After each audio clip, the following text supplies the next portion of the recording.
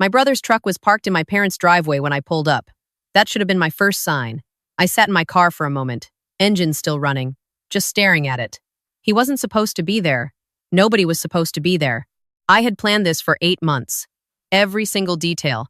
And his truck, that beat-up red Ford with the cracked left taillight he'd never bothered to fix, was sitting in the spot where I had imagined my parents' car would be when I surprised them. I turned off the engine. I grabbed my bag. I walked to the front door. My father opened it before I could knock. His face was the thing that told me everything. He's not a man who shows a lot. He grew up in a house where you didn't. 32 years of working the same job, same route, same lunch, never complained once.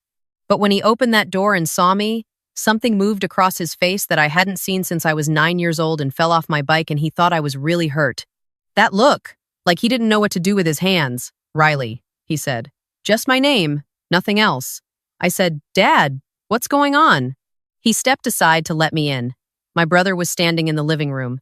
His wife was next to him, arms crossed, already wearing the expression she saves for conversations she's decided she's already won. My mother was on the couch, very still, holding a mug she wasn't drinking from. I had driven 4 hours to get here. I had the folder in my bag. I had planned to hand it to my parents over dinner, maybe somewhere nice, somewhere they could cry without feeling embarrassed. I had planned to say, "This is yours. I love you. You don't have to worry about anything anymore." I had been rehearsing it in my head since February. Instead, I was standing in their living room looking at my brother's face, and I already knew something had gone wrong. Let me back up. My parents have rented the same house for 19 years. Same landlord, same creaking third step, same kitchen window that sticks in the summer. They moved in when I was in middle school, after the house they'd owned had to go into bankruptcy following my dad's accident at work. He hurt his back. Couldn't do the heavy work for almost 2 years. They lost a lot. They didn't talk about it much, but I was old enough to understand what it meant when my mom started cutting coupons and my dad started taking the early shift at a second job on weekends. They rebuilt. It took a long time. They're stable now, but they've rented for 19 years, and my mother has never once said she didn't mind, because she does mind, and we all know it. I'm 29. I work in software. I got lucky, the right company, the right timing, a little bit of grinding that nearly broke me for about 3 years, but eventually paid off. I'm not wealthy by any dramatic definition, but I have more than I need, and I have known for a while what I wanted to do with part of it. I bought them a house, not a rental, not help with a down payment. A house, outright. A 3-bedroom with a big backyard and a covered porch and a neighborhood where people walk dogs in the evening and wave at each other. About 40 minutes from where they live now, which I knew my mother would love because her sister is nearby. I spent 6 months finding the right one. I paid $274,000 cash, handled the closing myself, and set up an account to cover property taxes and basic maintenance for the next 12 years so they would never have to worry about it. I put the deed in a trust. I named my parents as the life beneficiaries, meaning the house is theirs to live in for the rest of their lives.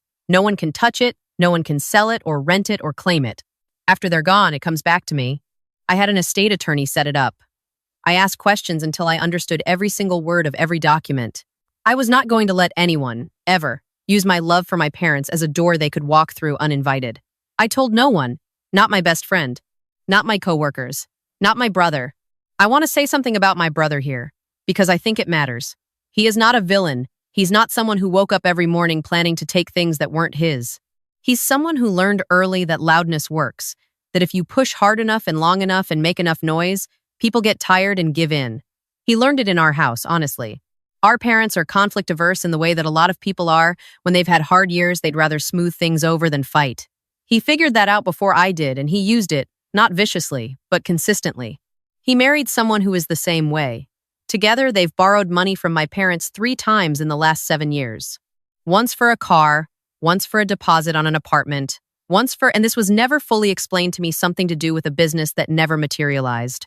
None of it was paid back. My parents never asked. I knew all of this when I bought the house. I factored it in. It's why I had the trust set up the way I did. It's why I said nothing to anyone. What I didn't factor in was that my brother would find out before I got there. He found out because of the neighbor.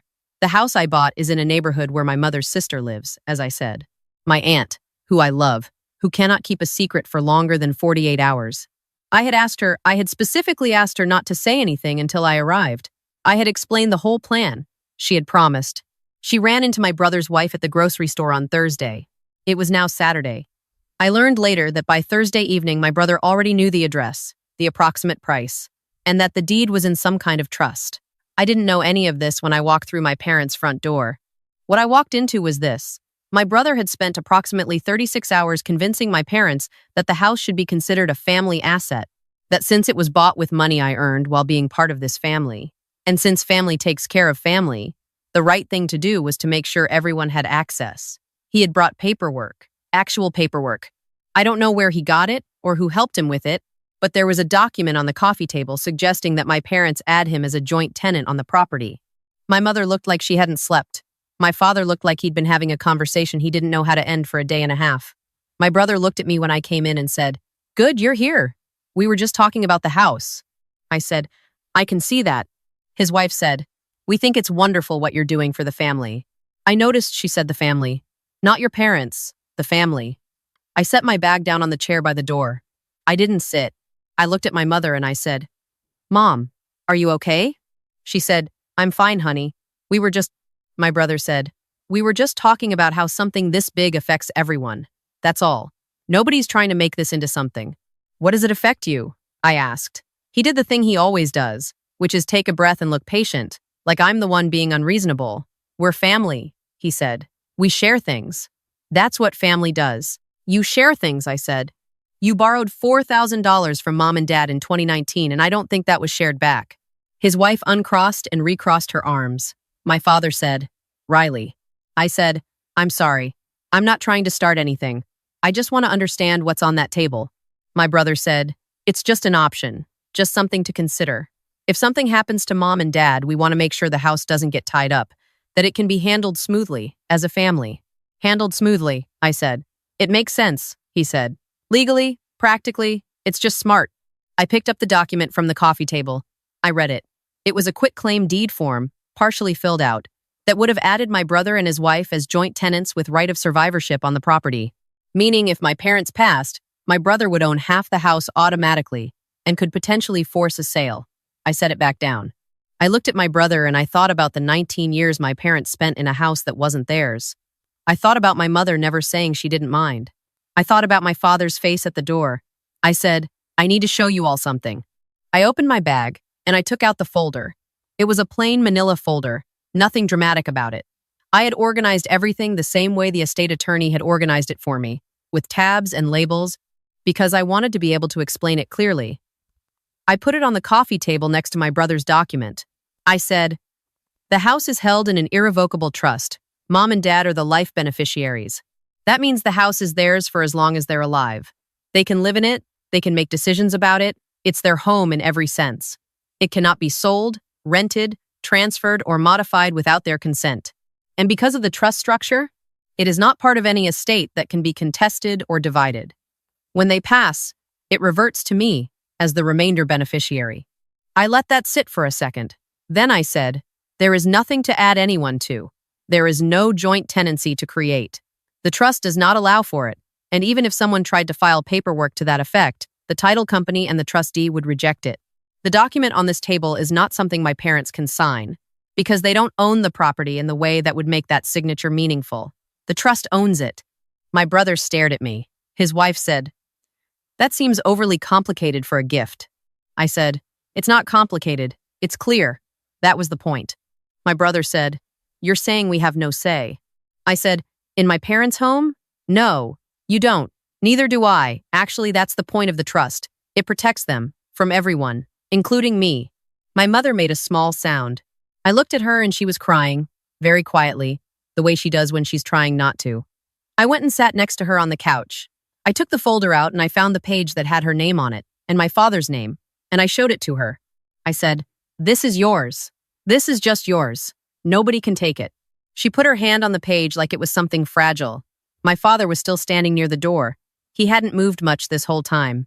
He's a quiet man. He processes things slowly, and then he says something that turns out to be the most important sentence in the room. He looked at my brother and he said, "I think you should go home." My brother said, "Dad." My father said, "I think you should go home. We'll talk later." There was a long silence. My brother looked at me like I had done something to him. Maybe in his version I had. I don't know. I just looked back. He and his wife left. He didn't slam the door, I'll give him that. He just closed it, and then it was quiet.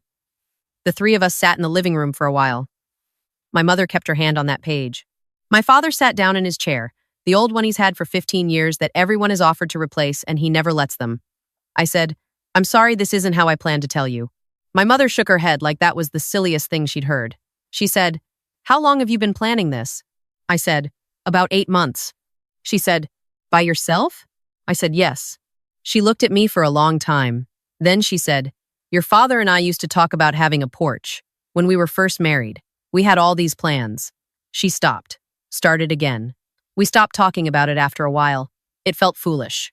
I told her the house had a covered porch, big enough for 2 chairs and a table, faces the backyard. She put her face in her hands, not in a bad way, just in the way people do when something is too big to hold upright. I drove them to see it that evening. We didn't tell anyone. The three of us, in my car, the way we used to drive to my grandmother's on holidays when I was small and fell asleep in the back seat. We pulled up as the sun was getting low. The house is white with green shutters, which I had been worried about. I second-guessed the shutters for weeks, but when we pulled up, my mother said, "Oh," very softly, and I stopped second-guessing. I unlocked the door and we went in. I had left a lamp on in the living room so it wouldn't feel empty. The floors are hardwood. There's a window above the kitchen sink that looks into the backyard. My mother walked directly to that window and stood there for a long time. My father walked through each room slowly. He opened closet doors. He tested the faucet. He stood in the doorway of the smaller bedroom and looked in, and I don't know what he was thinking, but I let him be. Then he went out to the back porch. I watched him through the kitchen window. He stood at the railing. The yard was going dark, the light getting soft and orange at the edges of the trees. He stood there with his hands on the railing and he didn't move. I thought about all the years he took the early shift, all the years he said it was fine when it wasn't, all the years my mother held her plans quietly inside her like something she'd agreed to put away. I went outside and stood next to him. He didn't say anything for a while. Then he said, "You did all this yourself?" I said, "Yeah." He said, "How?" I said, "I worked hard for a few years, and I knew what I wanted to use it for." He was quiet again. A bird landed on the fence at the back of the yard and then flew off. He said, "You know your brother is going to be angry for a while." I said, "I know." He said, "He'll come around." I said, "Maybe." He nodded. He wasn't arguing with me. He wasn't defending anyone. He was just telling me what he thought would happen, calmly, the way he tells me the weather when I ask if I need a jacket. Then he said, "Thank you, Riley." That was all. Just that. I've turned those 2 words over a lot in the weeks since. They didn't come out the way thank you usually comes out. A little reflexive, filling space. They came out like he'd been carrying them and finally found where to set them down. Like he meant every letter. I said, "You don't have to thank me." He said, "I know I don't have to. That's why I want to." We stood there until it was fully dark. My mother came out and stood on my other side, and we were all 3 of us on that porch looking at nothing in particular. A dark yard, a few stars, the kind of quiet that doesn't need to be filled. There are things I want to say about what happened in the weeks after, because I think they matter. My brother and I didn't talk for about 2 weeks. His wife sent me a message that started with, "I just think you should understand how this looked from our side," and I read it once and didn't respond. I don't say that to be cold. I say it because I've learned slowly, with some difficulty, that not every message requires an answer, and not every person asking you to see their side is actually interested in seeing yours. My brother called eventually. He didn't apologize exactly, but he said he had reacted badly, and that he knew the house was something I had done for Mom and Dad, not against him. I said I appreciated him saying that. We didn't go further than that, which was probably the right distance for the time being. My mother's sister called me and apologized about 15 times. I told her it was fine, which it mostly was. I understood. She's someone who shares everything as an act of love, not malice. She didn't know what she was setting in motion. My parents moved in 6 weeks after that evening. I helped them pack. We rented a truck, and my father's old coworker came to help with the heavy furniture. My mother wrapped every dish herself, individually, even the ones that had chips. The day they moved in, I brought 2 rocking chairs for the porch. Not expensive ones, just simple wooden ones, painted white to match the shutters. My mother rocked in hers and said it was the most comfortable chair she'd ever sat in, which I'm fairly sure wasn't true, but I took it. I want to say one more thing, because it's the thing I keep coming back to. People talk about boundaries like they're a form of hardness. Like drawing a line means you've closed something off, pulled back, made yourself smaller or colder. I used to half believe that, honestly. I used to think that protecting something meant you were being defensive about it. But standing on that porch that first evening, in the dark, with my parents on either side of me, that didn't feel like hardness. That felt like the opposite of hardness. That felt like I had built something solid enough that we could all finally rest. The trust protects the house protects my parents. The structure I put in place isn't a wall between my family and the property. It's the thing that makes the property actually safe to give.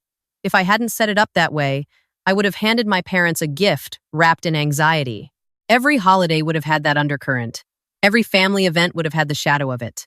Instead, my father watches the evening light from his own porch. My mother puts things on the kitchen windowsill, a plant, a little blue pitcher, a photograph, and they stay there. Nobody is coming to move them. I have a key. I don't use it without calling first. That's another kind of line, the quiet kind, the kind that doesn't need to be explained because it's just the shape of respect. A boundary isn't a wall. It's just the edge of where something good begins.